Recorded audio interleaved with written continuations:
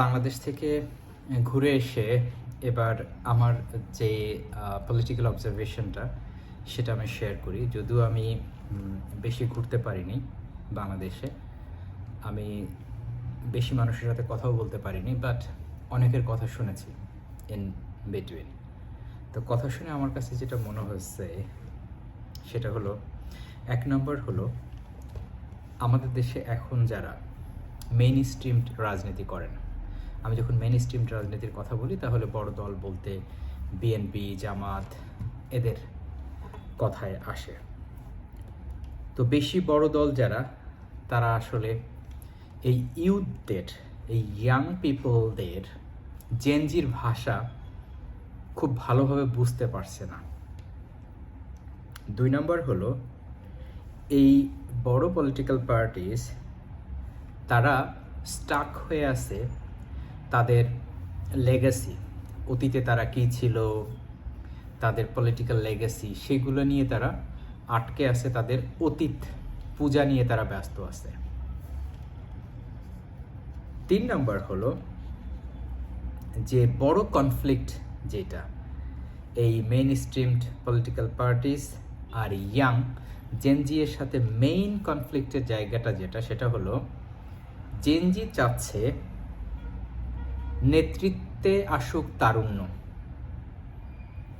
আর main stream political parties তারা চাইতেছে তারা আগে যেরকম দেশ চালিয়েছে তারাই আবার দেশ চালাবে। এই যারা বৃদ্ধ, যারা দোহাই দিয়ে থাকে, তাদের অনেক এক্সপিরিয়েন্স আছে, কিন্তু আসলে আমরা কি দেখেছি যে তাদের এক্সপিরিয়েন্স কোথায়? তাদের বেশিরভাগ ক্ষেত্রে দেখা গেছে এক্সপিরিয়েন্স হলো দুর্নীতিতে, এক্সপিরিয়েন্স হলো কনফ্লিক্ট অফ ইন্টারেস্ট করে তাদের সম্পদের পাহাড় করা, এগুলোতে তাদের এক্সপিরিয়েন্স অনেক ভালো আছে, কিন্তু সুশাসনের এক্সপিরিয়েন্স তাদের আছে বলে আমার মনে হয় না। দুঃশাসনের এক্সপিরিয়েন্স আছে মোটামুটি, খারাপ না। তাহলে কনফ্লিক্টটা হলো ইয়াং জেনারেশন চাচ্ছে তারুণ্য নেতৃত্বে আসুক, আর মেইন স্ট্রিম পলিটিক্যাল পার্টিস, আমি সব পলিটিক্যাল পার্টিসকেই বলতেছি না, দেখা যাচ্ছে বড় পলিটিক্যাল পার্টি তারা চাচ্ছে না যে তারুণ্য নেতৃত্বে আসুক। এই জায়গাটা কম্প্রোমাইজ করতে হবে। এই জায়গাটা কম্প্রোমাইজ না করলে কে কম্প্রোমাইজ করবে? ইয়াং জেনারেশন করবে? ইয়াং জেনারেশন কম্প্রোমাইজ করবে না। কম্প্রোমাইজ করতে হবে বিএনপির মতো দলকে, জামাতের মতো দলকে, তাদেরকে কম্প্রোমাইজ করতে হবে। তাদেরকে শুনতে হবে এই জেনজির কথা, তা না হলে তারা ইরিলেভেন্ট হয়ে যাবে। এবং তাদের ল্যাঙ্গুয়েজকে বুঝতে হবে।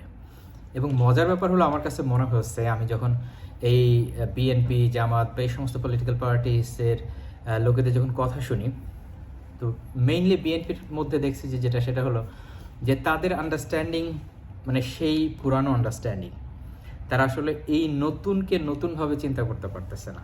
এটা তাদেরকে পারতে হবে যদি তাদেরকে সামনে লিড দিতে হয়। কারণ একটা জিনিস মাথায় রাখতে হবে, যখন আগের ফ্যাসিস্ট সরকার ছিল, তাদেরকেই যখন এই ইয়াং জেনারেশন এবং আপামর জনতা সরিয়ে ফেলে দিয়েছে, অতএব মানে এটা ভাবার কোনো কারণ নাই যে কেউ যদি এরকম ফ্যাসিস্ট চিন্তাভাবনা নিয়ে সামনে আগানোর চেষ্টা করে, তাদেরকেও খুব ইজিলি এই ছাত্র এবং জনতা কিন্তু কোনো বিশেষ কোনো গোষ্ঠীর বা পার্টির না।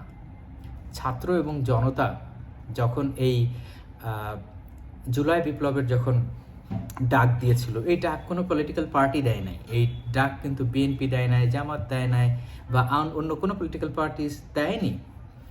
এই ডাক দিয়েছে কিন্তু ছাত্র জনতা, আর সাধারণ জনগণ সবাই এই ডাকে সাড়া দিয়েছে। অতএব ভাবার কোনো কারণ নাই যে এই ছাত্র জনতা আবার যখন প্রয়োজন হবে দেশের স্বার্থে, তারা যখন আবার ডাক দিবে, তখন কিন্তু সব দল মত নির্বিশেষে চলে আসবে।